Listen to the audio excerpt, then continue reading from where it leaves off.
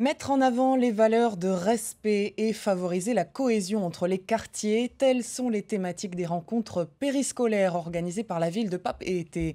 Près d'une centaine d'enfants âgés de 6 à 12 ans et issus des quartiers prioritaires étaient réunis cet après-midi autour d'un jeu intitulé « Le pacte de paix ».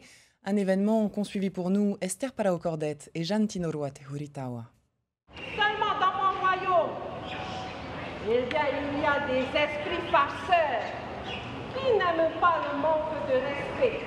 Vivre en harmonie dans le respect des uns et des autres, c'est donc le défi que se sont fixés ces présidentes des différentes nations du royaume de Papeete. Taunua, Pina'i, Mam'an, Temauri ou encore Tiparui. Des règles de vie à inculquer à des citoyens dont l'attention nécessite une constante sollicitation. On doit en fait relever le défi de retrouver le pacte de paix qui a été caché par nous les présidents.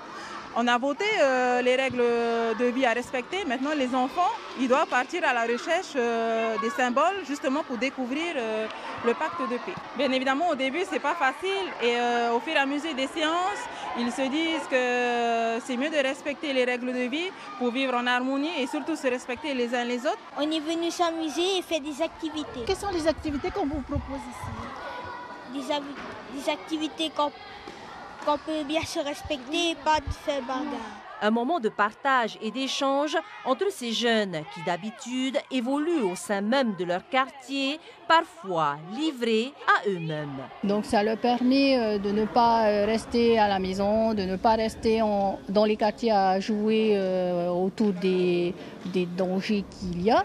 Donc ça leur permet de participer à des activités ludiques qui aussi permet aussi divers apprentissages au niveau comportemental, socio-éducatif. En fait, tout ce qui est proposé pour les enfants tend vers la réussite éducative. En place depuis 2007, le PEL, le projet éducatif local, encadre chaque année plus de 1000 enfants issus des quartiers prioritaires de Papeete. Un programme qui semble avoir encore de beaux jours devant lui.